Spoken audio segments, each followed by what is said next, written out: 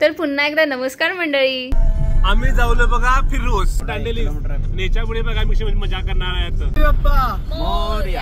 आणि एकदा सक दांडेली जाताला आमचा प्लॅन ठरला। मागच्या महिन्यात शनिवारी सकाळी 7 ला आम्ही निघाला थेट बेळगाव ते दांडेली। जाता जाता वाटेतच नाश्ता केला आणि थेट 100 किलोमीटरचा प्रवास करून पोहोचला हिलस्टोन जंगल रिसॉर्टला। बुकिंग तर 4 दिवस अगोदर करलच होतं, म्हणून गेल्या गेल्या चेक इन करून टाकला। तेवढ्यात इकडे या दोघी पाळण्यावर बसून हरकूनच गेल्या। माना टेंट मध्ये गेल्या गेल्या बेडसाठी आमची भांडणं सुरू झाली।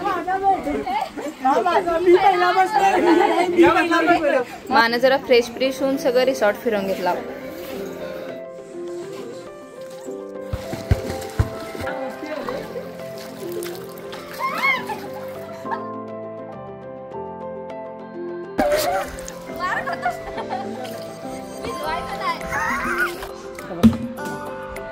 कार की व्हिडिओ किती लागलो ते ए गप्रे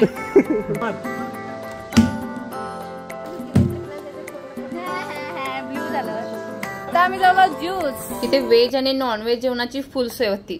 पाठभर जून वॉटर ऍक्टिव्हिटी करूच निघाला। माना तिथनं जून पिऊन झाल्यावर परत 7-8 किलोमीटरचा प्रवास करून पोहोचला व्हाईट वॉटर रिसॉर्टला। इथे आल्या आल्या पहिला लाईफ जॅकेट घालूच कधी विसरायचं नाही, नाहीतर काय होत आहे ते तुम्ही कमेंट करून सांगाच। माना आम्ही सगळ्यांनी लाईफ जॅकेट घालून निघाला राफ्टिंग करून। माना आम्हाला गायडरनं सगळी माहिती दिली आणि बोट कशी चालवतली ती बी सांगितली।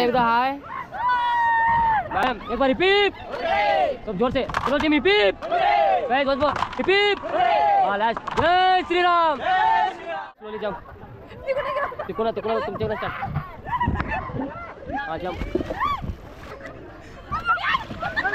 हां गुड काय बी नाही होणार नाही म्हटलं नाही तुमचे फोटो येणार नाही बघा येणार का नाही तुम्ही मग भीती वाटते पण काय बी नाही चलो टीम जय श्री राम हर हर गाइस हर हर।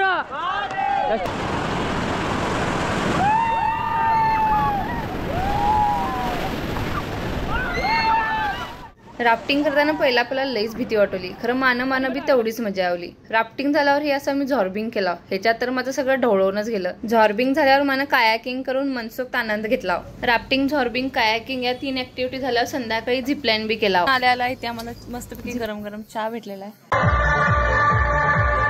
वॉटर ऍक्टिव्हिटीज संपून रिसॉर्टवर परत आल्यावर मला रेन डान्स आणि स्विमिंग पूल मध्ये भिजवून थंडवूनच गेला। शेवटी रात्री गरम गरम जेवणावर झडप घातला। हा ब्लॉग कसा वाटला ते कमेंट करून नक्की सांगा आणि चंदगड चाऊस फॉलो करूच विसरू नको। पिंगा ग पोरी पिंगा ग पोरी पिंगा पिंगा ग पोरी पिंगो।